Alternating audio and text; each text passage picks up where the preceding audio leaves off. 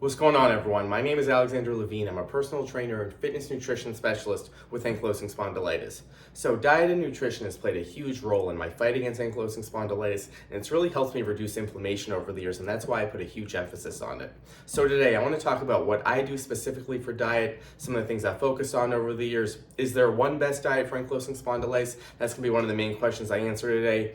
Also, I want to share some small tips for anyone who's looking to make some diet changes and what they should focus on specifically for joint health for ankylosing spondylitis. Let's get into it. So to start with my journey, when I was first diagnosed with ankylosing spondylitis, my inflammation markers were really high. The ESR, the CRP, a lot of folks with AS know those numbers because a lot of folks when they're diagnosed, they have really high inflammation. So my inflammation markers were really high.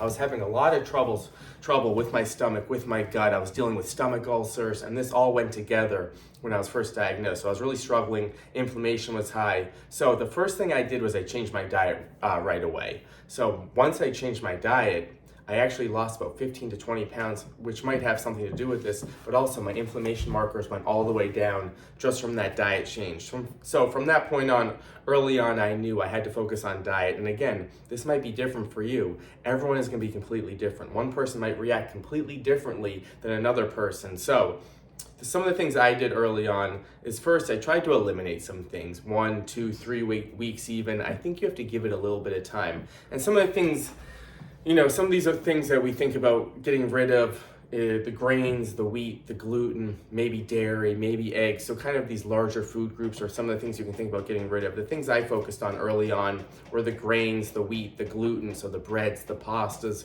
and especially the sugars and processed carbs. So those were my main approach early on, because if you look online, that's kind of the main thing that people talk about are the processed carbs, the breads, the sugars, and that kind of is universal for the most part, right? Some people do keep some grains in their diet, but for the most part, I really think the breads and the sugars you have to really be careful about, and that should be the first thing you think about, getting rid of that stuff. So once I got rid of that stuff, I was feeling much better. My gut inflammation went way down. My energy levels went up. Also, like I said, my inflammation markers went way down. So that really gave me a lot of hope, and I was like, I need to focus on this. And then over time, I started tweaking my diet more and more. But to start, those were the main things I did. The processed carbs, the sugar, no more sugary drinks, no more soda. The things that I saw getting rid of really benefited me were definitely the breads, the pastas, and I'll get into more of how I tweaked this over the years, but that was early on the first things I did. So no matter what diet you're choosing, I would first start, make some small goals. Try to get rid of bread for 1-2 weeks, get rid of sugar for 1 or 2 weeks, see how you feel, and then when you bring that back into the diet, see if it affects you. What I really noticed over the years is when I bring these foods back in, if I'm doing a cheat meal, I feel horrible the next day. And that's good motivation to keep up with it, right? We want to feel good. It's not just about the inflammation markers. We want to feel good. And I could really tell the difference when I started getting rid of those things. So the elimination diet is kind of the first thing I would say to people. If you're really looking to make some changes diet-wise, try eliminating something. Don't eliminate everything at once. I think that's a tough approach. That can be hard to do everything at once. Choose one thing, dairy even 1-2 weeks, bread 1-2 weeks, sugar 1-2 weeks, see how you feel, make some small changes over time, take note of everything, start putting together your own foundation. So this is the second thing I want to get into. Is there a best diet for ankylosing spondylitis? Definitely not. There's no one way everyone should eat, and I believe this for fitness too. There's no one best approach. It's going to have to meet you. Everyone has different circumstances. Everyone's completely different. They're dealing with different symptoms. Their bodies are different. The amount of calories they need is different, and you're going to have to tweak it to you over time. Sustainability has to be part of this. There's no quick fix, especially with autoimmune disease, with ankylosing spondylitis. There's no quick fix. We need a long-term approach. So think of it that way. Think long-term, make some small changes so overall you can put it all together. So in my mind, there is no one best diet. If you're choosing to be vegan, vegetarian, paleo, keto, low carb, there's no one best diet, but there is definitely approaches that we can think about, and I think sugar is one of the main approaches. Get rid of the sugar, or really lower the sugar to start, just to get going with that. And the processed carbs, chips, candy, all that stuff, get rid of that stuff, lower that stuff. That's universal in my mind. So there's no one best diet for sure, but there's been a lot of evidence on low starch for ankylosing spondylitis. There's been studies out there. I think they're looking to study it more. So I've seen online, and this is me personally, I've had a huge benefit with going low starch. That's been a big part of my approach. I'm going to get into how I went more down that path, because I just talked about in the beginning how I got rid of the processed carbs, the breads, the grains, but then I want to talk a little bit about how I went a little more low starch over the years. So we'll get back to the low starch, but my second tip for everyone is this, and this is one of my main focuses today, is protein. Adequate amount of protein, quality protein sources, especially with ankylosing spondylitis. It can be really hard to strength train, to gain muscle. You know, strength training is a really difficult part of this, and I talk a lot about this in my videos, because we're so stiff and tight. It can be hard to strength train without getting injured, without tweaking something. So we want to make sure we're eating enough protein, especially after strength training, after going to the gym, after lifting weights. We want to make sure we're getting enough protein to help build muscle, protect the joints, strengthen the bones. So protein is my number one goal. I usually aim for about 140, 150 grams of protein a day. I think it's best to aim for about 1 gram of protein per body weight, or per desired body weight. So I'm not 150 pounds. That's a little lower than what I weigh, but I try to focus 140, 150. I don't always get to that number. I'm probably generally between 100 and 150 grams of protein a day. So to get to that number can be difficult. And one small tip I have for you guys is think about adding some easily digestible protein sources, maybe a protein shake, whey protein powder. If you're vegan or vegetarian, you can do vegan or vegetarian protein powder, but I like whey protein isolate. It seems to be easier on the gut. Just protein in there, 20, 25 grams of protein. So that really helps me get to that number. Also, over the years, I'll get some protein infused drinks that have, some of them just have 10 grams of protein, some of them have 20 grams of protein. That's another good way to get protein in, especially if you're feeling that fatigue, you need a little bit of energy. Some of those sources are a great way. So protein is my number one approach. And so today, what protein sources do I look at? Mostly meat, fish, eggs, again with the protein powder, but I like to really vary my meat and fish sources so I can keep it sustainable, I can keep it fresh. And you know, I do eat some high fat. You know, one of the biggest arguments is, should we be eating high fat meat? And I do, just because my numbers are good, I feel good that way. But a lot of people do get rid of red meat, and that's helped them. But for me, I keep it, but I do it all. Lean meat, high fat meat, fish. I really vary it. I think fish is probably the greatest thing we can eat. I think also lean meat is one of the greatest things we can eat too, just because if you're thinking about the calories, you're thinking about being a little leaner, that's definitely a good approach. But I do it all. Eggs are a big part of my diet too, and dairy. So I'll talk a little more about dairy, but I keep dairy in a little bit. What I noticed over the years is I can get a little carried away, like many people can.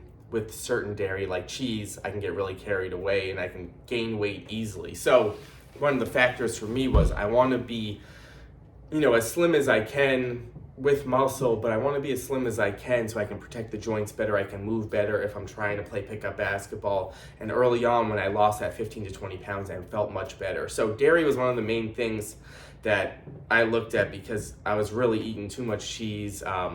So I'm careful about that. But today I do have some dairy sources in my diet for the most part. I do cottage cheese, I do yogurt, but I do sources that are cultured, so they're a little easier on the stomach. I stay away from milk.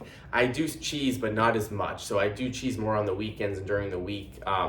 I try to get rid of it. So dairy is one thing to look at. A lot of people get rid of dairy and feel much better. For me, I know dairy affects me, but again, sustainability wise, I needed a little bit in my diet to keep this up, right? So I think that's something too.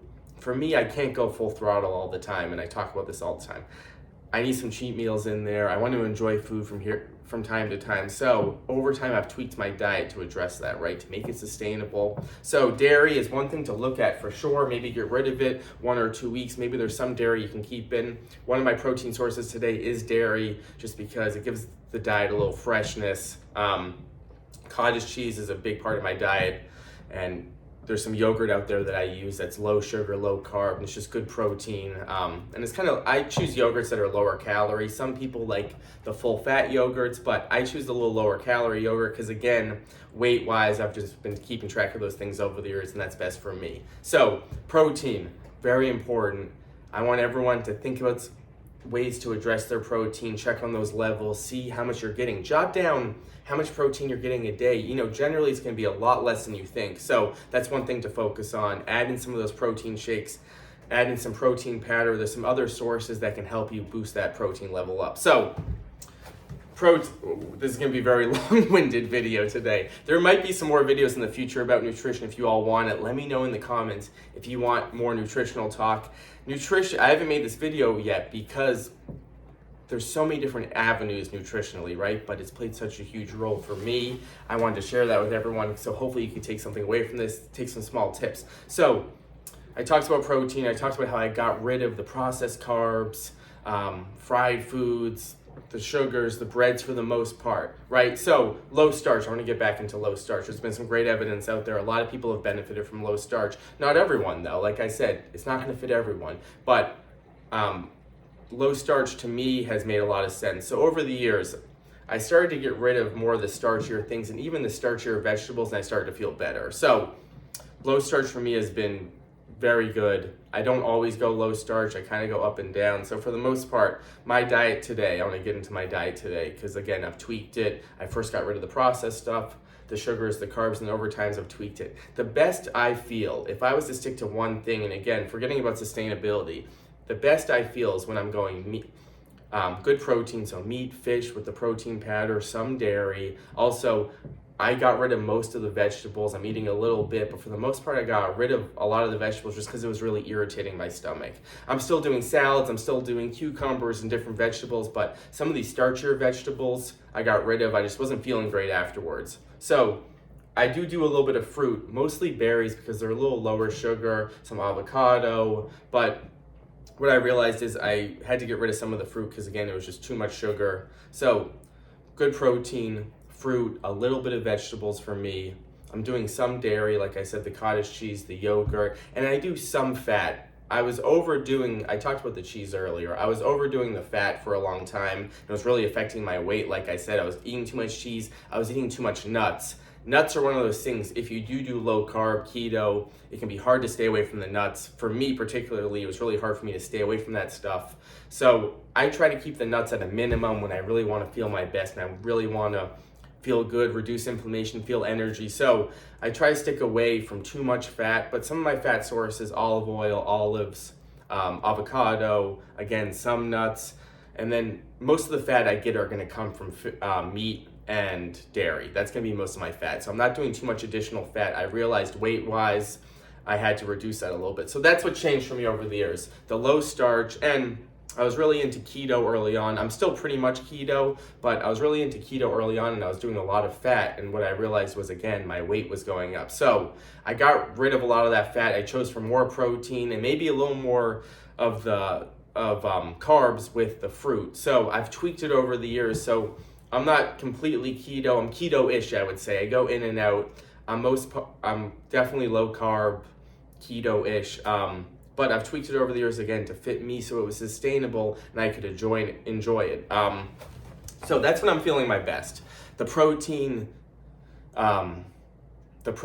some vegetables, fruit, a little bit of fat, but really protein based. My diet is mostly protein based. And also I try not to eat too many meals a day. There's a lot of talk out there about how many meals should you eat a day, should you be eating more for metabolism, and this is just what works for me, right? It's better for me if I'm just eating 2-3 meals a day. Sometimes I was doing intermittent fasting over the years, and that really did help me just feel better overall, just keeping the gut healthy again.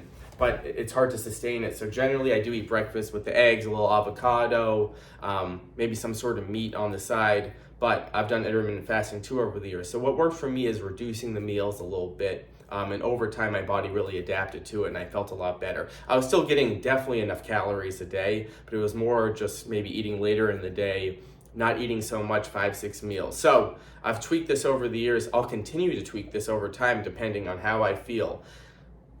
Let's get into another subject here. So when I do have some of these things that I got rid of for the most part, if I do a cheat meal Friday, Saturday night, the next day I can definitely tell I feel horrible, right? This is a great indicator that food is probably not best for us. I can feel, especially when my gut's irritated, my low back always hurts more the next morning. And I try to keep track of these things. you can't overdo it, of course. You have to enjoy some of these things. You have to enjoy life. You have to be sustainable. But I can definitely notice, and that's another indicator, if you get rid of foods and you bring them back and you can really tell they irritate you, that's a good motivation that you should probably stay away from that food. So I definitely feel that way, and that's why I pretty much stick to this over time. So my next tip is make small goals. Try to really stick to something small, and once you feel a little better, you'll want to stick with it over time. That's one of the things for me with movement, with fitness, and with nutrition. Once I found a little bit of hope and motivation, I wanted to stick with it because I felt better. So start small. Don't go all out. Don't go, I have to do this, I have to go low starch, I have to go keto, I have to go vegan. Try just eliminating a little bit here and there and see how you feel. Start small, work on it over time. Also, there's many ways to do this. Don't give up on it. I say this with fitness too. If something doesn't work, don't give up on it. Nutrition, inflammation, with the diet, with nutrition is so important. We know that inflammation is with the gut. We know it's all connected. It's gonna be different for everyone, but we know it's all connected. Don't give up on it. Start with small goals in different areas here. Think about some different things. So that was a very long video about nutrition. Hopefully I got to everything today. My diet today, is there a best diet? I absolutely don't think there's a best diet for ankylosing spondylitis, but we're starting to see some really great evidence, and there's definitely some things that everyone should think about. The processed foods, the sugars are number one, and then everything else is gonna be different for everyone. There's definitely no one best diet. I would never say, do this, only do this. Everyone's gonna be different. Also, sustainability matters.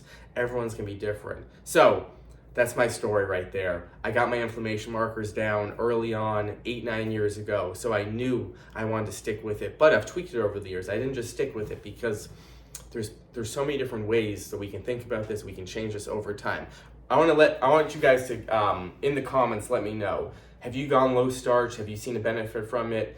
Do you do low carb, keto, vegan, vegetarian? I want to know from you all. Get a good conversation going about diet. It's so important.